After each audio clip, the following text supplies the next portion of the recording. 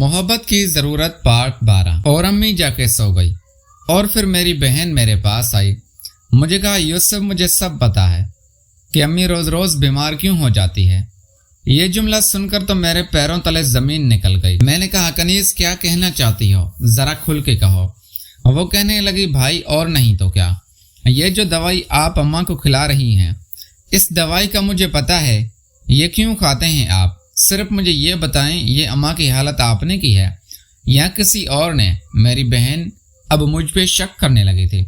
मैंने कहा, क्या हुआ, तुम्हारा दिमाग खराब हो गया है? ऐसी कोई बात नहीं है, कैसा तुम सोच रही हो। उसने कहा, भाई मुझे सच सच बताएं, ये दवाई अम्मी क्यों खा रही है? इस हालत का जिम्मेदार कौन है, तुम हो या कोई और? फिर मैंने अपनी बहन को झूठ बोला। मैंने कहा, कनीज़ मुझे नहीं पता ये दवाई किस चीज़ की है। अम्मी ने कहा, तो बस मैं ले आया था, तुम मुझे बताओ ये किस चीज़ की दवाई है। मेरी बहन कहने लगी, भाई आप इतने भी बच्चे ना बने, आपको सब पता है। मैंने कहा, वाकई कनीज़ मुझे सब कुछ नहीं पता, तुम मुझे बताओ ये किस चीज़ की दवाई है। फिर उसने कहा कि ये दवाई उसी पठान ने दी थी जब उसने पहली दफ़ा उसके साथ किया था। उससे भी बहुत तकलीफ महसूस हो रही थी, इसलिए तो ये दवाई खाते ही उसकी तकलीफ दूर हो गई। अब अम्मा को भी शायद यही तकलीफ हो रही थी। मुझे नहीं पता, तुम जाके सो जाओ। मेरी बहन कहने लगी, मैं फ़िलहाल तो जाके सो जाती हूँ। अगर अम्मा की तबीयत के आप ही जिम्मेदार हो तो फिर आपके साथ अच्छा नहीं होगा, ये आपने सोच लेना है। मैंने कहा, क्या हुआ कनीज़, तुम्हारा दिमाग तो ठीक है?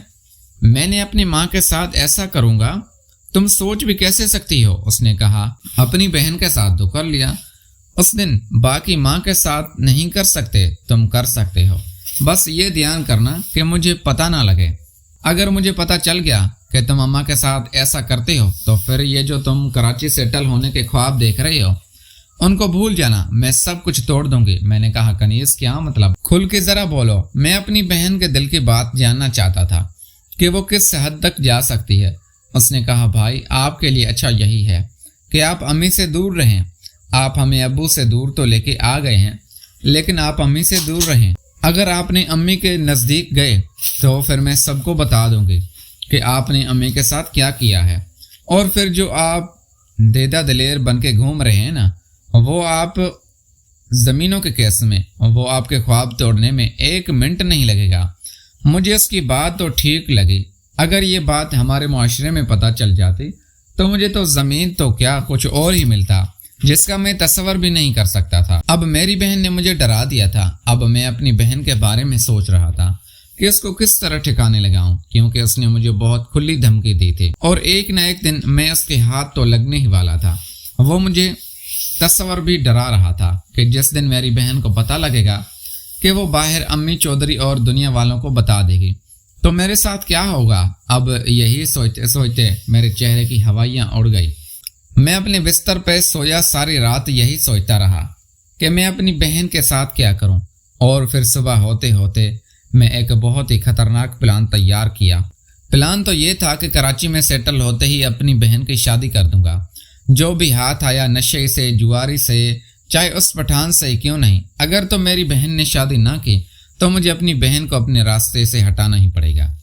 मैं फिर उससे हमेशा के लिए ऊपर ही भेज दूंगा, ये प्लान बना के। और फिर सुबह आज़ानों के बाद मैं भी सो गया। मेरी आंख लगी हुई थी कि पता नहीं सुबह के 8 भी बज गए और काशिफ आ गया मुझे उठाने। मुझे कहा, भाई आप नाश्ता कर लें और फिर चलते हैं, बैंक अकाउंट खुलवाते हैं। शाम को चल के चौधरी के पास से 1 करोड़ रुपए लेकर आएंगे और फिर हम कल कराची की तैयारी करते हैं। मैंने कहा, चलो ठीक है काशिफ, तुम जाओ नाश्ता करो, मैं अभी उठता हूँ। फिर मैं उठा, हाथ मुंह धोया और फिर मैं आके अम्मी के साथ बैठ गया। और फिर मैंने अम्मी को सारी तफसील बताई कि आज हमें इतने पैसे मिलने वाले हैं और कल ही मैं और काशिफ कराची चले जाते हैं। आप लोगों के लिए कोई अच्छा सा घर ढूंढ के आते हैं, उसको टोकन भी करवा दूंगा और फिर मैं आऊँगा, बकाया पैसे भी और सब को लेकर हम कराची चले जाएंगे। और मैं अपनी अम्मी से यह भी बात कर रहा था कि अम्मी कराची चल के मैं कारोबार क्या करूं, क्योंकि अगर हमने कराची जाके कोई भी काम न किया तो ये भले जितने भी पैसे थे एक न एक दिन ख़त्म ही हो जाने थे और ऐसा मैं हरगिज़ नहीं होने दे सकता था। फिर मेरी अम्मी कहने लगी, हाँ यूसुफ, ये ध्यान रखना कि कोई ना कोई काम तुम दोनों भाइयों को करना ही पड़ेगा, वरना ये सारे पैसे खत्म हो जाएंगे और हम कहीं के नहीं रहेंगे। काफ़ी सोच विचार के बाद फिर एक आइडिया मेरे दिमाग में आया। मैंने कहा, अम्मी मैं और कोई काम नहीं कर सकता, क्योंकि कोई भी काम स्टार्ट करने के लिए उसका तजर्बा होता है, लाजमी है। और आप तो जानती हैं मैंने सारी ज़िंदगी दुकान ही चलाई है। तो हम ऐसा करते हैं कि कराची में चल के कोई सुपर मार्केट का बहुत बड़ा स्टोर खोल लेते हैं, जिस तरह इम्तियाज़ का होता है या बिन हाशिम का होता है। हम वहाँ पे बहुत सारे लोग रख लेंगे और उसको हैंडल मैं करूँगा। वो बहुत अच्छा कारोबार है और उसका तजर्बा भी है मेरे पास। मैं काशिफ को भी अपने साथ सेट कर लूँगा। फिर मेरी अम्मी कहने लगी कि सुपर स्टोर खोलने में कितना खर्च आएगा यूसुफ? मैंने कहा, अम्मी सुपर स्टोर खोलने के लिए जितना भी पैसा हो कम है, लेकिन यह है कि 4 से 5 करोड़ खर्चा होगा और हम एक अच्छा सा सुपर स्टोर खोलेंगे। मेरी अम्मी कहने लगी, क्या तू 5 करोड़ की एक परचून की दुकान खोलेगा? मैंने कहा, अम्मी वो परचून की दुकान नहीं होती, वो एक स्टोर होता है। जब वो चलना स्टार्ट होता है तो हम इतने पैसे 1 साल में ही निकाल लेंगे।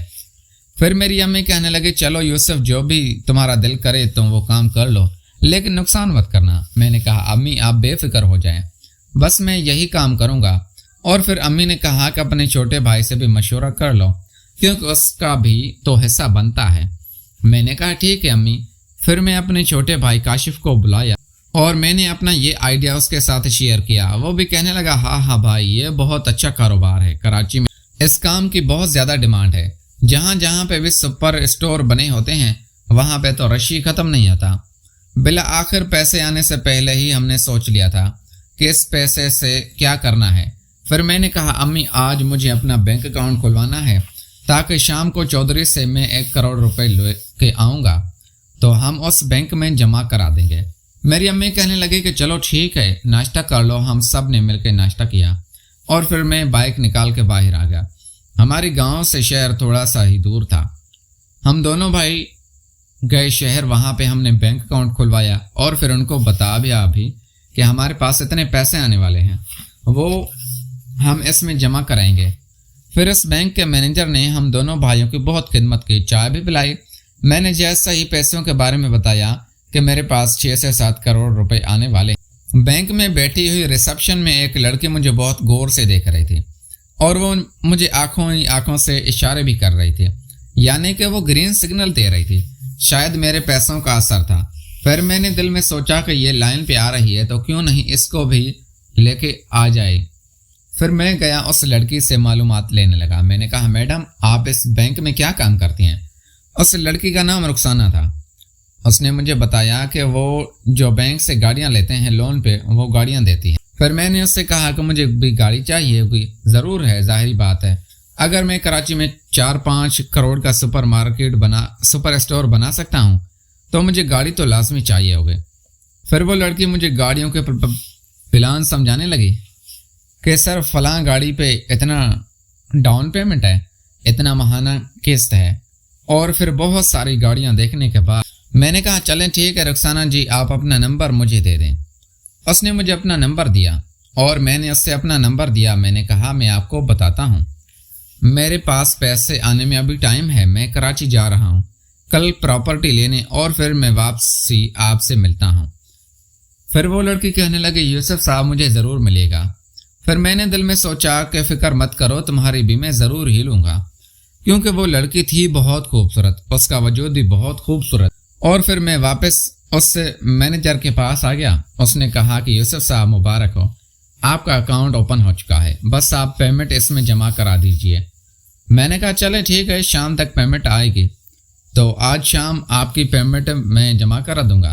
वो कहने लगा ठीक है, और फिर हम दोनों भाई बैंक से बाहर निकल आए। तब दोपहर भी हो चुकी थी। प्यारे दोस्तों, मैं उम्मीद करता हूँ आपको हमारी वीडियो पसंद आई होगी। अगर तो भाई वीडियो पसंद आई है तो वीडियो को लाइक कर दें, चैनल को सब्सक्राइब नहीं किया चैनल को सब्सक्राइब कर दें।